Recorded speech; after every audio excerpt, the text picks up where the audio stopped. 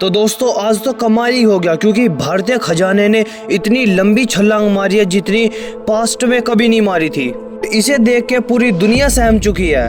और ऐसे चमत्कार तो उस टाइम पे हो रहे हैं जब जगह जगह वॉर चल रही है। क्रूड ऑयल के और जो गैस के प्राइस है वो ऑल टाइम हाई पे भी चले जाते रहते हैं। कई जगह आतंकवाद पैर पसार रहा है तो कई जगह आतंकवादी एक जो शिप होती है उनके ऊपर अटैक कर रहे हैं। ये ऐसा टाइम है जब ना तो कोई सुपर पावर टिक पा रहा और ना ही कोई जो डेवलप हो रहा है देश वो टिक पा रहा, क्योंकि आज के टाइम पे जो इन्फ्लेशन है वो बहुत ही ज़्यादा बढ़ रही है क्रूड ऑयल की प्राइस के बढ़ने से। उन सभी देशों की अर्थव्यवस्था है वो भी 1-2% से ही बढ़ रही है। भी बस अपनी अर्थव्यवस्था को बचाने पे लगे हुए हैं। ऐसे टाइम पे भारत का खजाना हो चाहे भारत की अर्थव्यवस्था, दोनों ही तेज रफ्तार से बढ़ रहे हैं, बल्कि इतनी तेजी से आगे बढ़ रहे हैं जितनी तेजी से एक टाइम पे चाइना या फिर अमेरिका की भी अर्थव्यवस्था नहीं बढ़ी थी जब वो डेवलपिंग स्टेज में थे।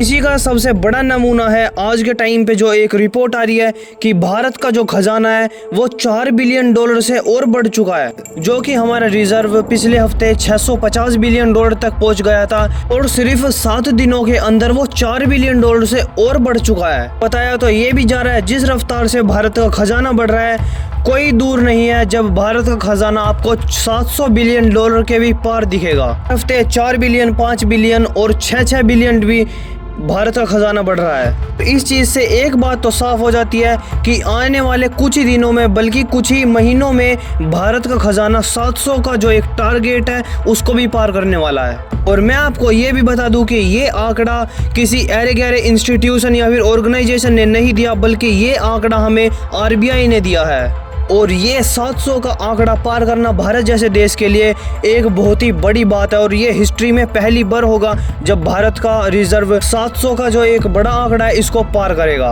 और भारत 30 साल पहले पैसे के लिए मोहताज था, जो हम अपना जो गोल्ड है उसको भी गिरवी रख चुके थे, अपने एक देश को चलाने के लिए पैसा भी लोन पे ले रहे थे।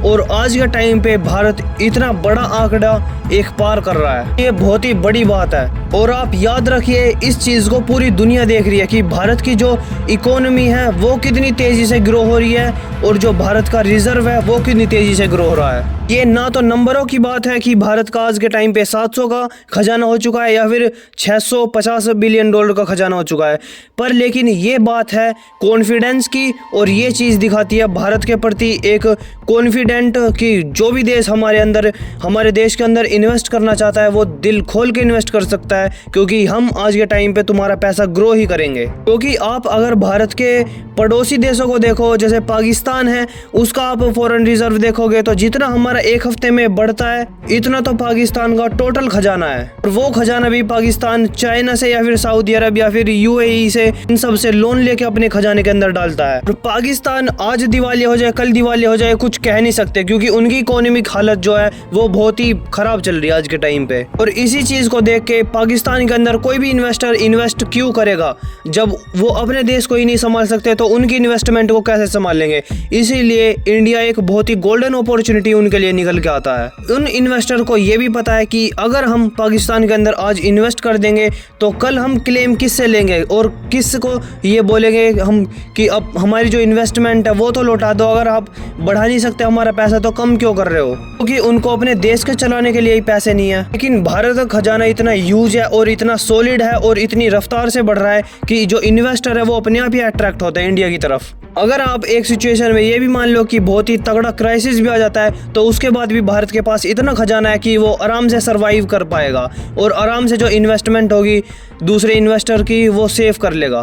बाकी आपका क्या व्यू पॉइंट है वो कमेंट में बता सकते हो और नेक्स्ट वीडियो के लिए सब्सक्राइब कर सकते हो।